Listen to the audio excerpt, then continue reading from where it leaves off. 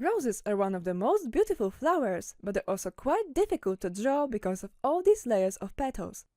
However, there's a technique that can allow you to draw a rose from scratch without copying any photo reference. This is Monika Zagrobelna, and here's a video tutorial on how to draw a rose, where I'll show you this technique step by step. If you find it too fast though, you can find a written version of this tutorial on Envato Plus. Check out the description for the link. Before we start, you need to prepare your tools.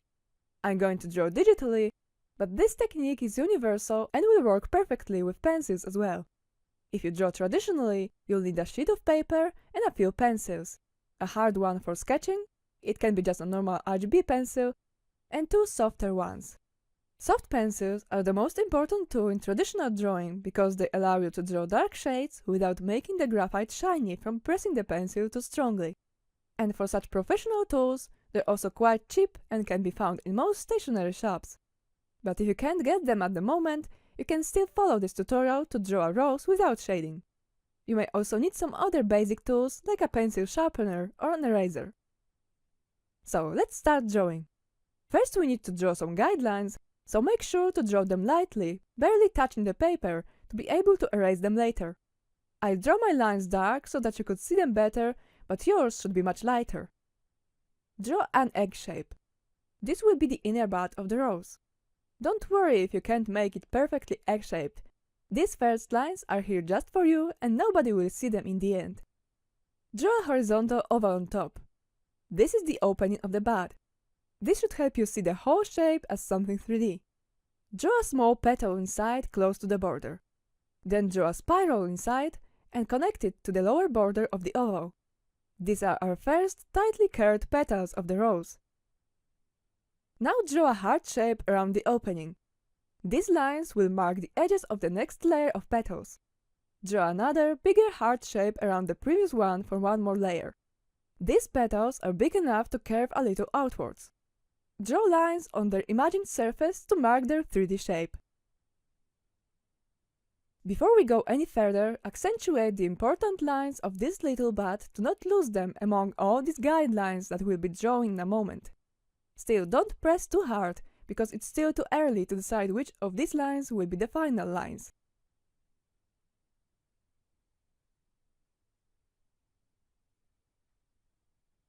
Now back to drawing the other petals. From now on, each layer will be wider, more open, going around this inner bud. So draw 3 curves around the bud, not too far from it, because this part is not fully open yet. Draw the lines on their surface to better see their shape. These petals can curve quite visibly, so make sure to bend your lines on top. When you connect the lines, the shape of a curved petal should appear automatically.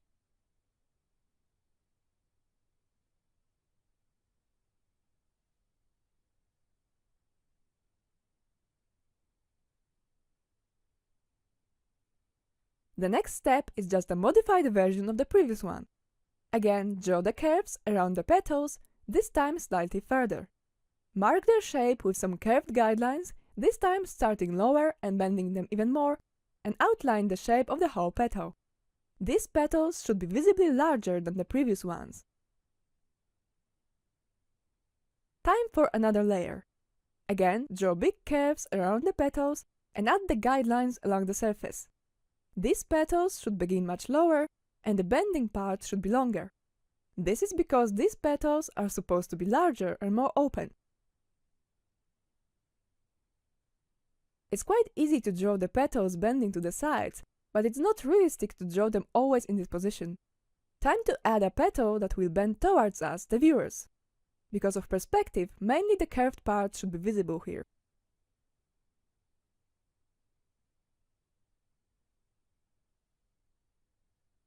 Finally, draw the last layer on the very bottom.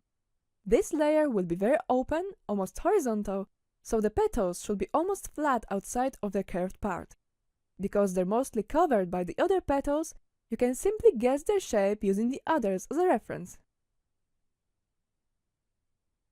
So we're done with the guidelines, but the drawing looks like a mess of lines and can be hard to interpret by the viewer. We need to clean it up a little. Sharpen your pencil and draw over the lines that you want to keep, this time pressing harder to make them visible. If you don't plan to shade it, You can draw with thick lines or even use ink to mark these lines so that they will be more visible after you erase the redundant parts.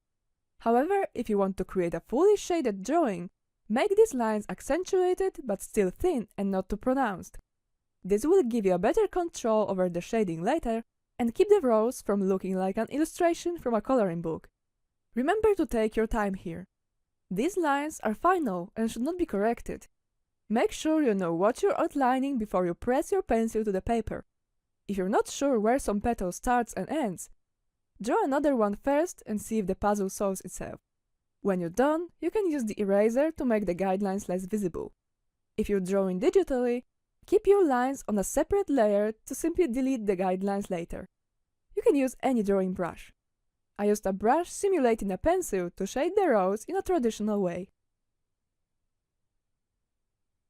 If you just wanted to draw a rose, congratulations, you're done! But if you have some soft pencils, I'll show you how you can shape the rose to make it more realistic. First, take your normal sketching pencil. Imagine which parts of the petals are blocked from the light coming from the outside and fill these parts with gray. You can use a lot of hatching lines or tilt your pencil to draw with the side of it. Regardless of what method you use, keep your pencil well sharpened all the time to keep the strokes consistent. If necessary, you can press a little harder to mark the areas that need even more shadow. Keep the curved parts of the petals white.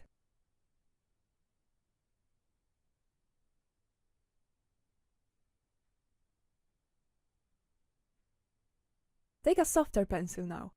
Use it to add shadows to the areas that get even less light from the outside. This will help you add some contrast and separate the petals in the shadow. You should use this dark shade more sparingly. Draw it only where there's already the lighter shadow, and always blend these two shadows either with hatching or by tilting the pencil.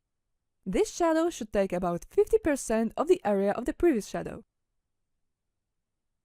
The rose petals are thin, but they're not 2D. They have some subtle edge, and if you mark it, you'll make the whole drawing more convincing. Use the same pencil as previously to darken parts of the edges. Don't draw an outline of the petals, but rather accentuate parts of it. If you don't trust your intuition, use my drawing as a reference. Of course, if you don't like this effect, you can leave it out. It's more of a stylistic choice rather than something necessary. Now take your hard pencil again. Use it to draw a subtle texture over the white parts of the petals. Don't draw any plain shadows, but rather draw lines that accentuate the curvature of the surface. You can also subtly shade the edges of the petals to give some visual justification for the outlines. In reality, lines don't exist on their own, they're always made by contrast. So if you want to make this drawing more realistic, you need to either add some shade in the petals or some shadow behind them. If you end up adding too much shadow on these bright parts of the petals, losing some contrast in the process, you can still use the eraser and draw some light with it.